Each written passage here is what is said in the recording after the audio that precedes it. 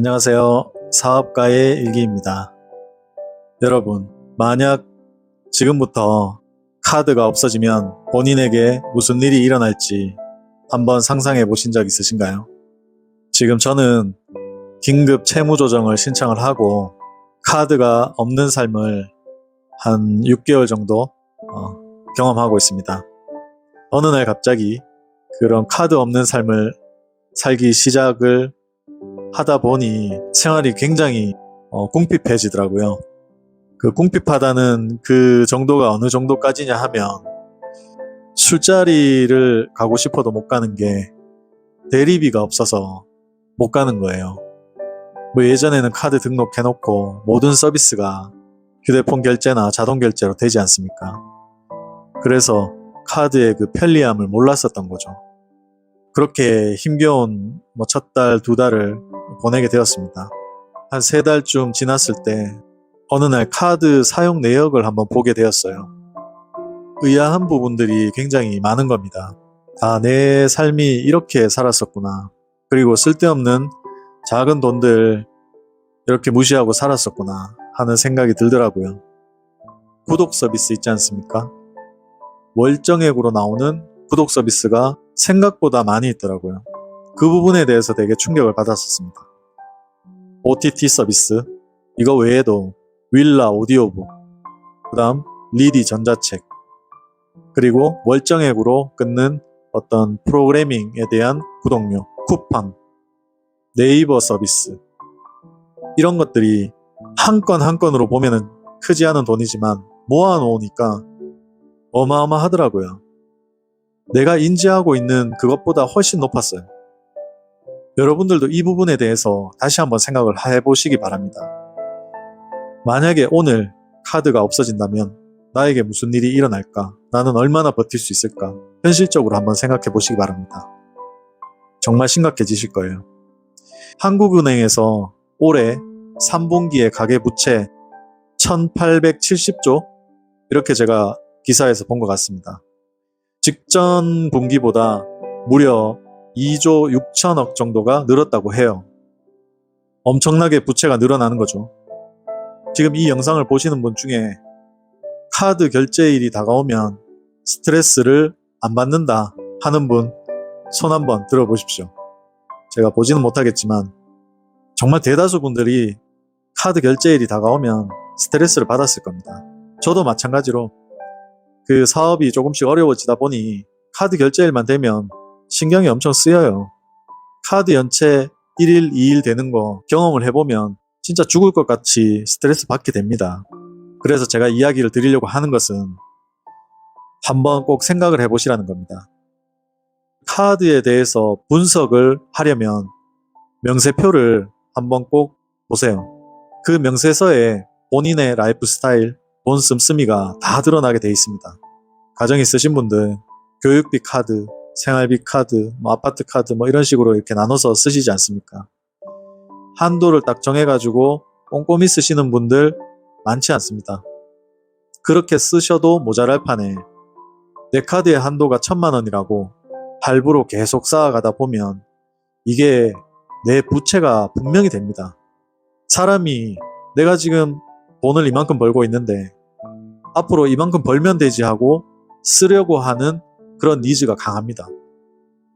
그래서 꼭 지금부터 명세서를 한번 들여다보시고 필요 없는 구독 서비스 그리고 필요 없는 줄일 수 있는 요금에 대해서 하나하나씩 줄여 나가셔야 됩니다.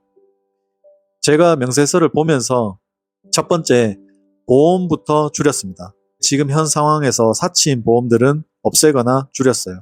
그리고 두 번째 통신요금. 우리 근데 카드에다가 자율적으로 걸어놓다 보니까 내 사용요금이 왜 이렇게 많이 나왔지? 라고만 하고 그걸 다시 들어가서 보시는 분들 많이 없으세요.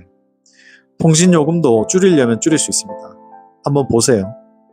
그리고 구독 서비스, 넷플릭스 이런 OTT 서비스는 자주 활용할 수는 있겠죠. 그런데 불필요하게 가입을 해서 계속적으로 지출해 나가는 분명한 서비스들이 카드 명세서에서 발견할 수 있을 겁니다. 그렇게 항목 하나하나를 보다 보면 내가 이 구독 서비스는 멈춰야 되겠다 하는 것들이 생겨요. 눈에 보이게 되죠. 그런 것들을 지금 당장 오늘이라도 멈추시고 해지를 하시고 또 필요하시면 다시 구독 서비스를 하시면 됩니다. 지금은 카드에 대해서 흥청망청 쓸 때가 아니에요. 미국 예를 들어볼까요? 미국에서 지금 테슬라 반토막 이상 나신 거 아시죠? 주가 하락 완전 내리막길 걷고 있습니다. 그런데 유명한 투자회사에서 수집을 하는 주식이 있습니다. 어떤 주식인지 아십니까? 미국에는 교도소가 굉장히 부족하다고 해요. 시설이. 그래서 그걸 민간 업체에서 운영하는 회사들이 있답니다. 그 업체의 주식을 계속 매수를 하는 겁니다. 이유가 뭘까요? 내년에 경기 침체가 일어나면 그 범법자들이 늘어난다고 보고 있고, 그러면 민영 교도소를 분명히 써야 될 수밖에 없는 상황이 온다고 판단하는 겁니다. 이런 여러 가지 이슈가 있는데 불경기가 온다는 겁니다. 제가 카드 이야기로 이런 이야기를 드리지만은 긴급 채무 조정을 신청을 하고 곰곰이 제 라이프 스타일 그리고 씀씀이 그리고 우리 회사의 일들을 관여를 하면서 하나하나씩 보니까 미리 지불하는 신용, 이 카드 사용에 대해서는 정말 득도 많지만 실도 엄청나게 많다. 그래서 앞으로는 이런 것들을 정말 계획 있게 해야 된다. 내가 감당할 수 없는 한도를 가지고 있는 분들은 한도 분명히 줄이셔야 되고, 아까 말씀드렸다시피 명세서에 신경을 쓰셔야 됩니다. 또 한번 말씀드리자면 지금 당장에 카드가 없다고 생각해 보시고 이걸 대비할 수 있는 방법을 찾아보시는 걸 권해드립니다. 카드가 없다고 죽지는 않더라고요. 저 6개월 동안 살아있지 않습니까? 굉장히 힘들었어요. 하지만 그렇게 이 꽉 깨물고 카드 없는 삶에 적응을 해보겠다고 조금씩 생활에 쓸데없는 비용 줄여나가고, 그리고 우리 가족들도 노력해서 옛날의 씀씀이들 다 없애고 학원들 다 없애고 이런 과정을 거치면서 살아나가게 되더라고요. 이제부터 이런 마인드로 가지고 있으면 저 돈 금방 벌 수 있을 것 같습니다. 어려움을 겪어봐야 비로소 깨닫는 것 같아요. 제가 꼭 말씀드리고 싶은 것은 우리 생활에 가장 기초적인 재무, 법인만 재무제표가 있다고 생각하지 마시고 나에게도 재무제표가 있다고 생각을 해보십시오. 내가 수입이 내 머릿속에 있고 지출이 내 카드 명세서에 증명이 되고 있습니다. 카드를 사용하지 않고 한두 달 한번 버텨보는 챌린지를 해보는 것도 괜찮다고 생각합니다. 카드 없는 삶 나쁘진 않아요. 하지만 돌아갈 수 있다면 VIP 카드 3장씩 들고 있었던 그때로 돌아가고 싶습니다. 이 마인드를 가지고. 그러면 더욱 더 삶을 윤택하고 바르게 살 수 있을 것 같습니다. 여러분들도 꼭 한번 체크해 보시고 카드가 없는 삶에 대해서 잠시나마 생각할 수 있는 계기가 되셨으면 좋겠습니다. 고맙습니다.